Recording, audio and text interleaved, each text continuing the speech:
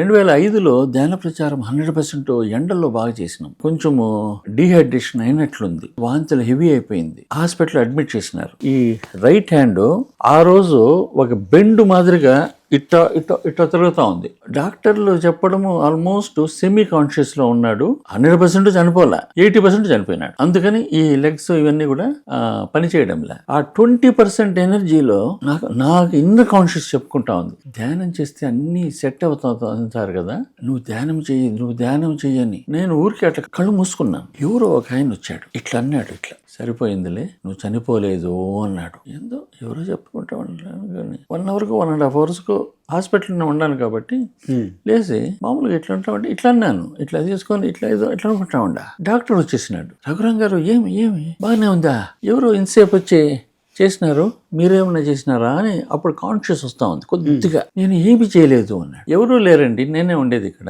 Intensive care లో ఉండా. తరువాత ఇంటికి వచ్చేసినాక కొంచెం మెడిటేషన్ బాగా కుదిరి ఉండేటప్పుడు ఫస్ట్ మెసేజ్ అప్పుడు వచ్చింది, మాస్టర్స్ మేము వచ్చినాము, నువ్వు ఆల్మోస్ట్ డెడ్, ఆ రోజు నీకు హీల్ చేసినాము అన్నారు. అవునా? మళ్ళీ పెద్దగా ఎవరి వీక్ వచ్చేవాడు కదా, ఏంటయ్యా అని మామూలుగా ఎట్లా అడిగేవాడు. గురూజీ ఇట్లయింది నాకు సార్ అంటే లేచి కౌలించుకున్నాడు. What a great experience,